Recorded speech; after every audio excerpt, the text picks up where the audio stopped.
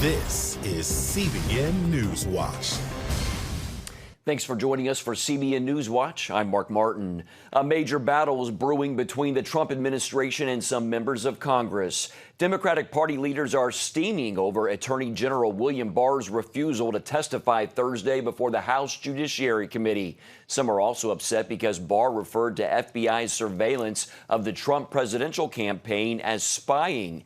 Some Democratic presidential candidates are calling for Barr to resign. House Judiciary Chairman Jerry Nadler says he may find him in contempt for not honoring a congressional subpoena. The committee demanded Barr provide them with an unredacted version of the Mueller report by May 1st. President Trump is refusing to allow some former and current administration officials to testify before Congress. The president told Fox News further congressional hearings on the Mueller report must end. We've gone through so many investigations, everybody, and it's so ridiculous. So they've testified for many hours, all of them. I would say it's done. Gary Lane has been following this story, and he joins us now with more. Welcome, Gary. Welcome. First of all, Gary, why did Barr refuse to testify? Well, you can't really blame him. He had just testified a day earlier before the Senate Judiciary Committee, and he got a little bruised up in that one, even though it's the Republicans who are the majority on that committee, and they chair the committee. That's Lindsey Graham, who's the chairman. So it wasn't as bad as expected in that committee, but he didn't want to get beat up on. He said there would be nothing but lawyers and Democrats playing politics coming after him, and he had just testified. What else would he say any differently than he said the day before? Do you think he's going to be held in contempt? I don't think so, not right away anyway. I think he's trying to work a deal now. The Department of Justice with the House Judiciary Committee and Chairman Nadler over the subpoena that he hasn't honored yet, Mark. May 1st, he was supposed to honor a subpoena that they had issued because they wanted that unredacted Mueller report, and he hasn't honored that yet. And the Attorney General basically saying, well, there's a reason some of that information is redacted. It's confidential.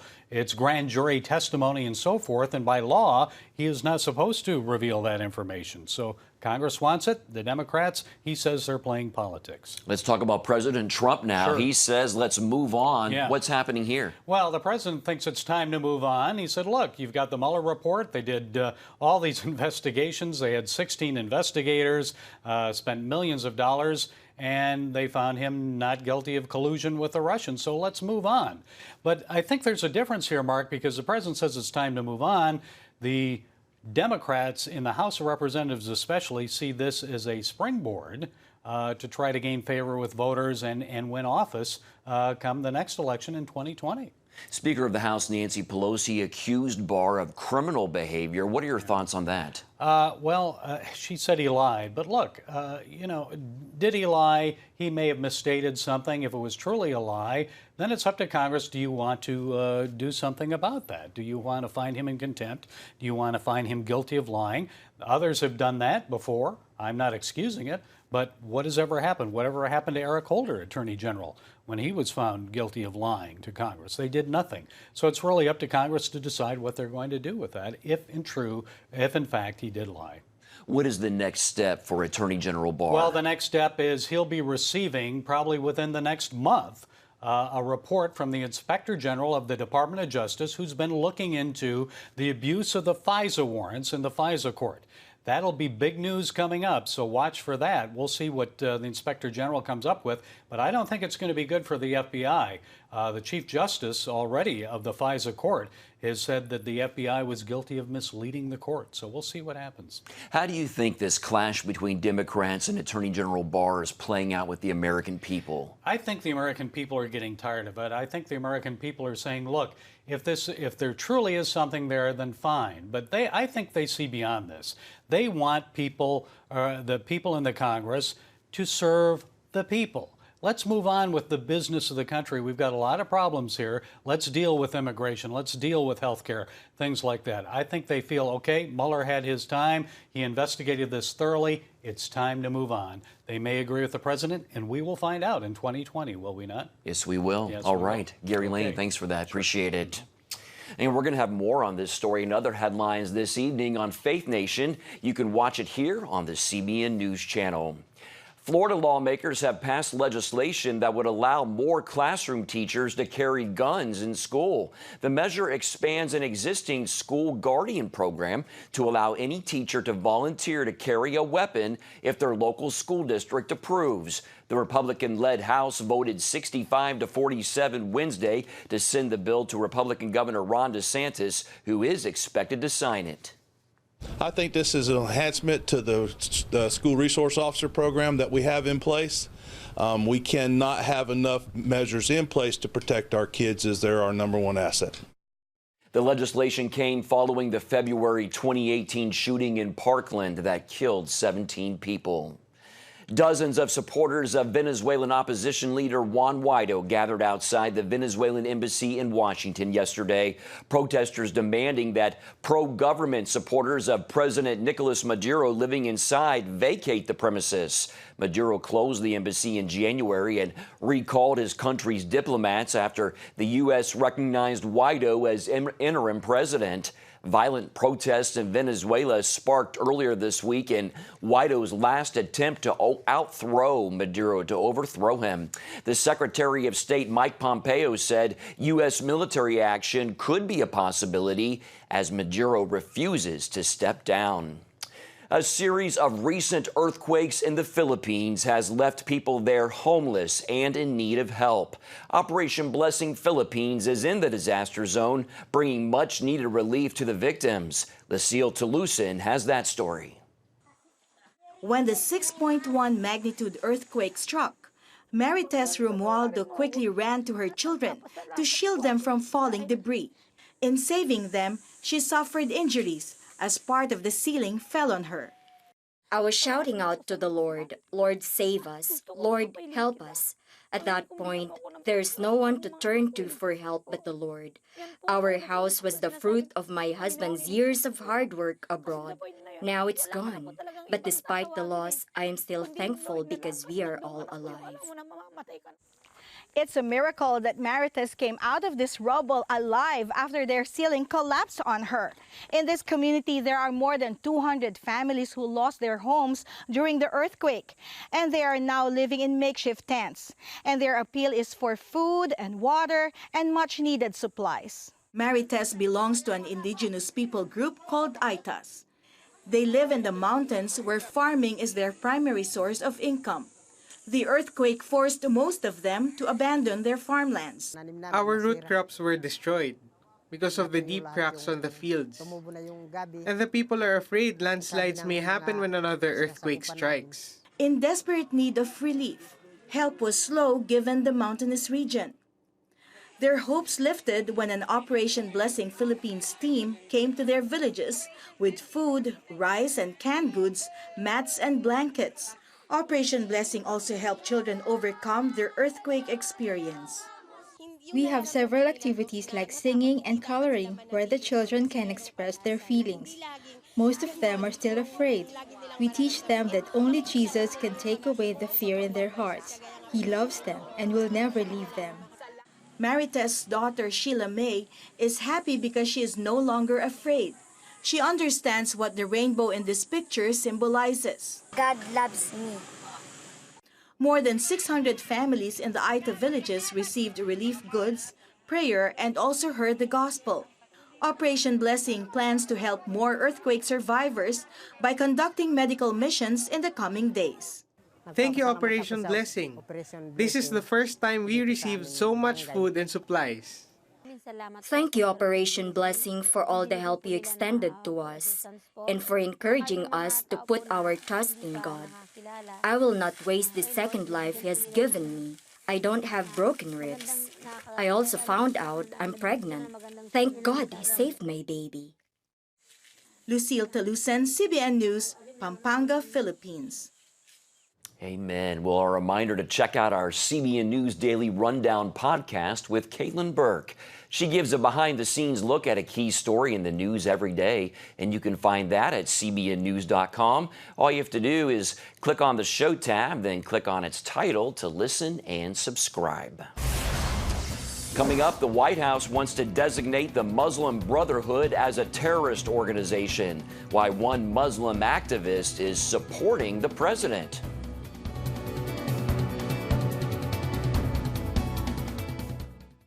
CBN presents The I Wills of God, your path to overcoming fear and anxiety. We're going to talk about some of the incredible promises God has made to His children.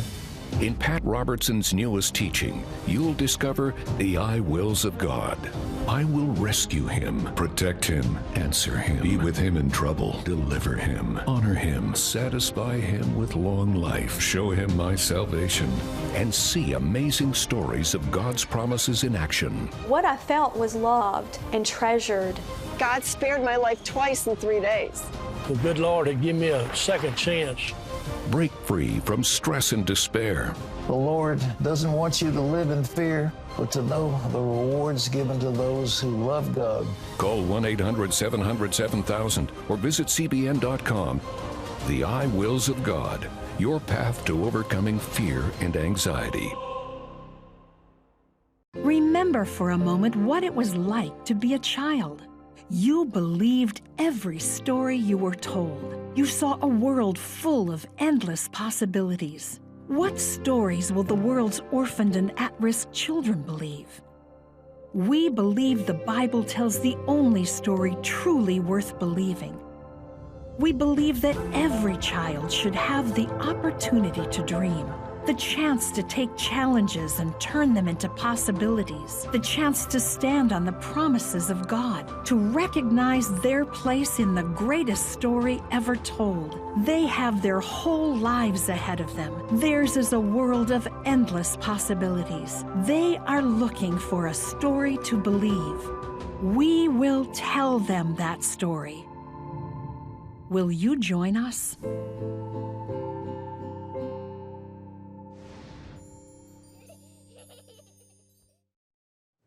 It's been nearly 18 years since Islamic jihadists attacked America on 9/11.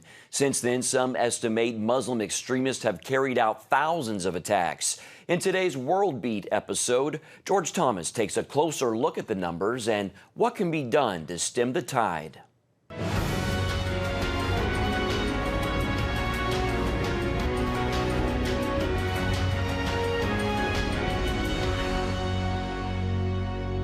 Hello everyone, welcome to World Beat, where we show you what's happening in the world and how you can pray about it. As Sri Lankan authorities worry about the potential of more suicide attacks by the group behind the Easter Sunday bombings, one newspaper has published an exhaustive study of all the Islamic terror attacks around the world since 9/11. According to the German newspaper Die Welt, Islamic extremists have carried out 31,222 attacks in the past 18 years. Those attacks have killed 146,811 people around the world.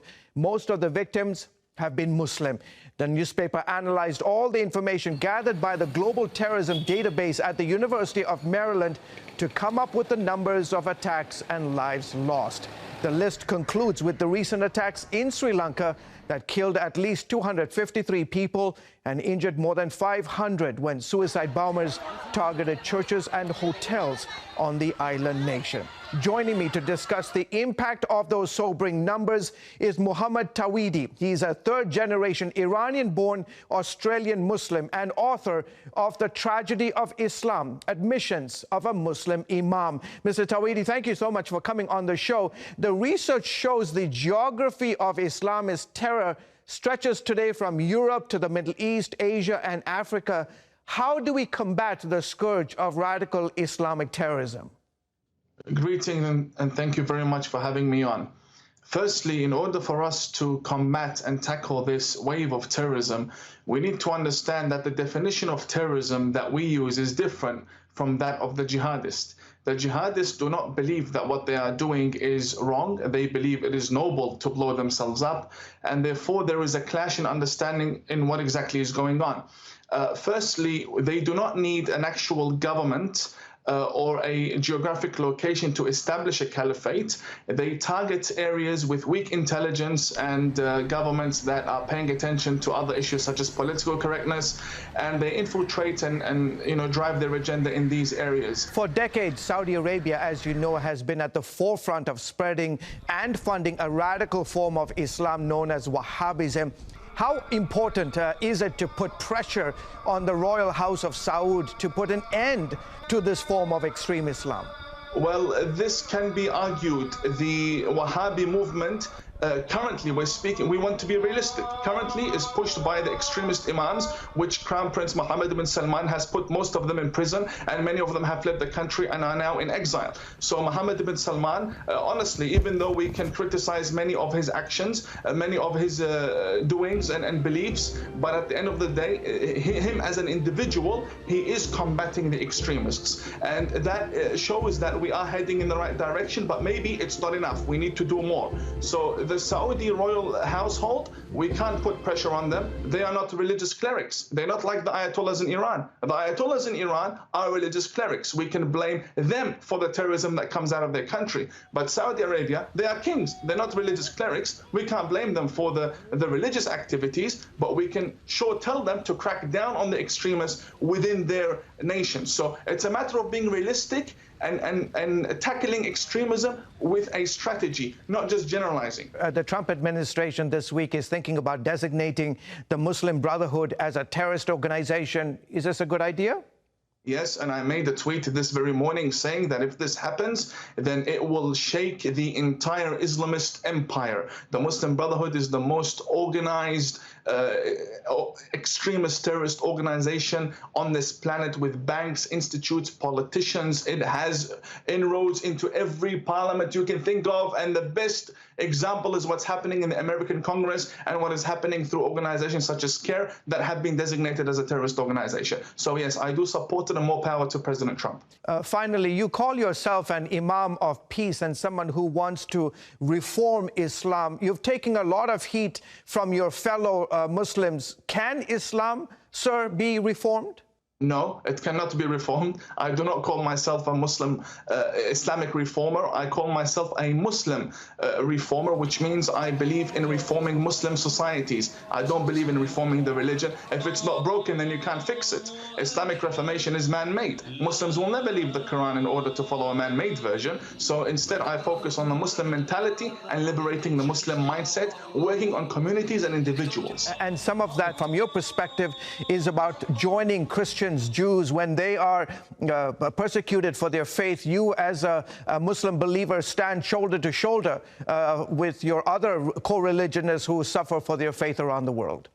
Of course, we are all brothers in humanity before brothers in faith. We're all human beings. And if I don't side with you against ISIS that wants to kill both of us, then what is my purpose in life? Pleasure to have you on the broadcast. Thank you for coming on.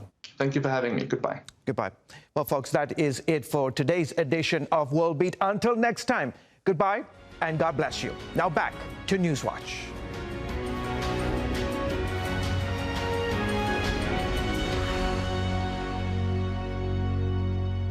Thank you, George. After the break, we're going to bring you this week's top trending stories from faithwire.com. It's about the competition. I kind of put that pressure on myself, and I think people had expectations. It's about overcoming. We use this phrase all the time: keep chopping, keep practicing hard.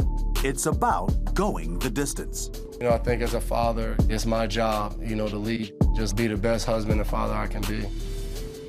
Watch Going the Distance with Sean Brown Saturday night at 7:30 on the CBN News Channel.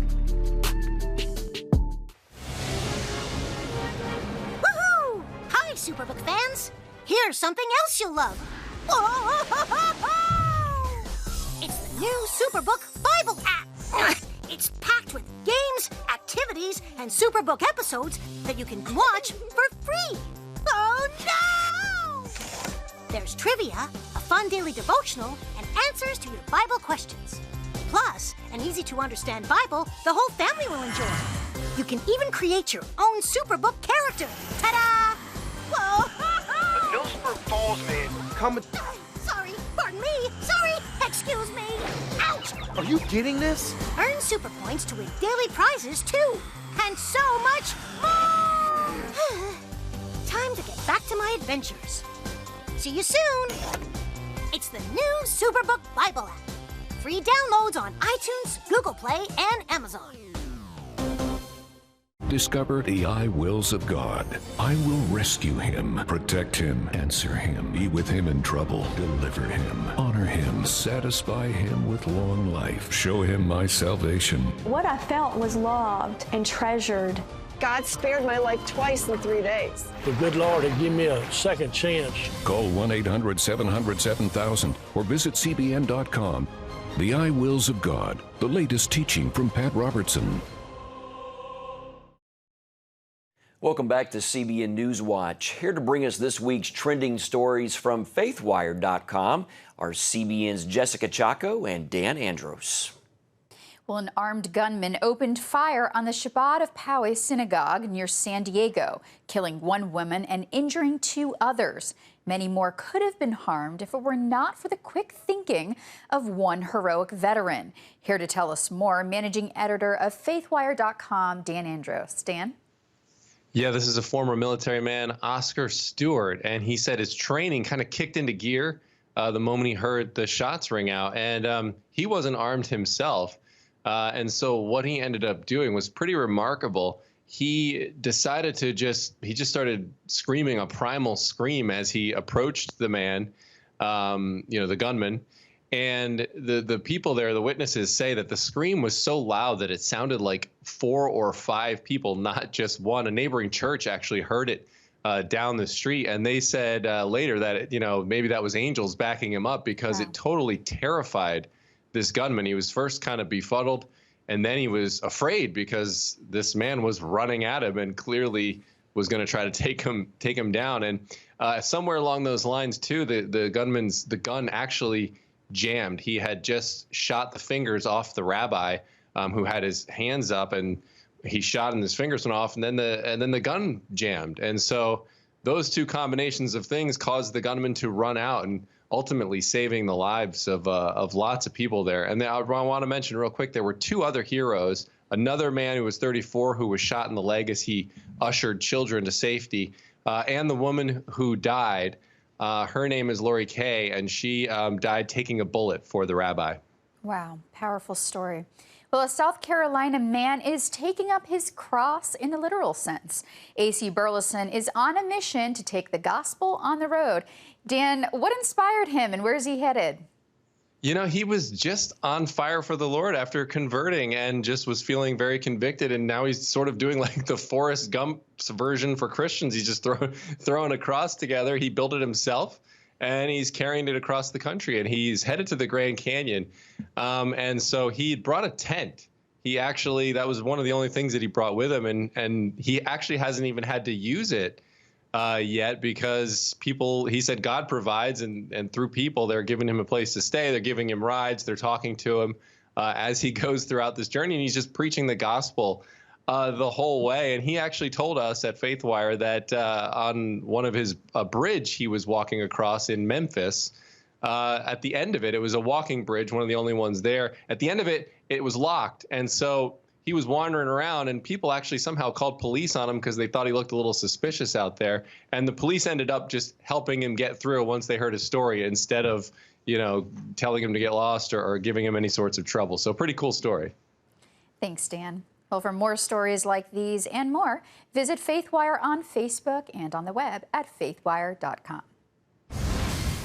Thank you, Jessica and Dan. Well, up next, the inspiration behind a new companion devotional to help women heal from the pain of abortion and how its creator hopes it saves lives.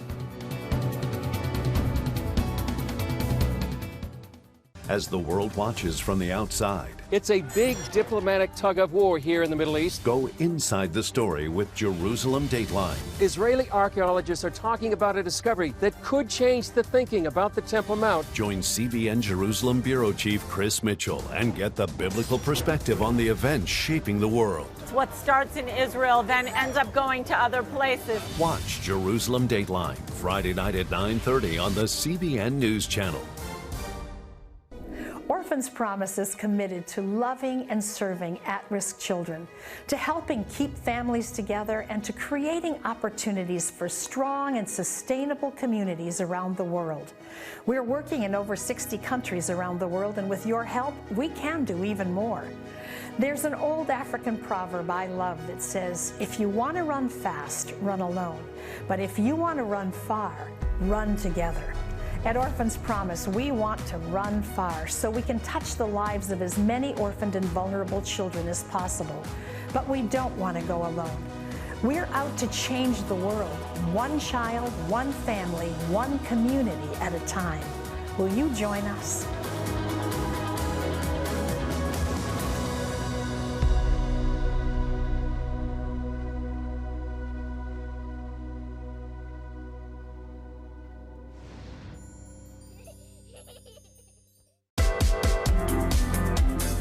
Meet the pastors who are preaching the gospel in a fresh, fearless way.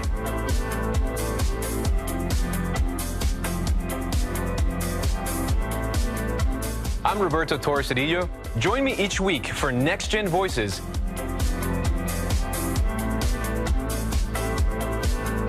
And watch God transform a generation.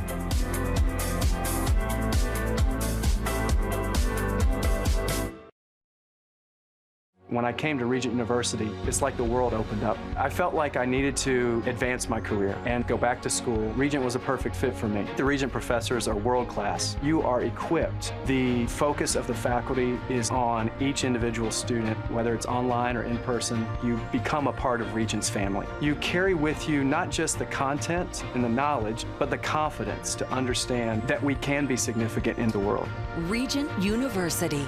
Follow your path. The pro-life film Unplanned has been a huge hit at the box office. The movie tells the true story of Abby Johnson's transformation from Planned Parenthood clinic director to pro-life advocate. Abby's compelling story has opened up the hearts and minds of thousands of people who have seen the movie. At least 100 abortion clinic workers have reportedly left the business after seeing the film. A new companion devotional called Planned from the Start has been released to help women heal from the pain of abortion. The film's directors asked Lorraine Varela to write the devotional. She shared her hopes that God will use the post-abortion book. There have been women that have been living with their emotional pain of abortion for decades, and they have not had that ability to address their pain because, for one, our culture says that they didn't do anything wrong, that having an abortion is like the same thing as going into a procedure at a dental office. It's no big deal. Yet they've known that they have caused the loss of a life, and they've carried this guilt, but they've had no way to express that because culture hasn't allowed them to. So we hope the first thing that we can do through this book is just to lift the shame off of what's taken place in their life so that they can start the healing process. That's wonderful. For a copy of the Planned from the Start devotional, log on to our website at cbn.org. That's it for this edition of NewsWatch. You can find more on the issues you care about most at cbnnews.com. You can also watch CBN News programs anytime on our CBN News channel. And we'd love to know what you think about the stories you've seen here. Email us at newswatch@cbn.com or reach out to us on Facebook, Twitter, and Instagram. Hope you'll join us next time. Have a great day.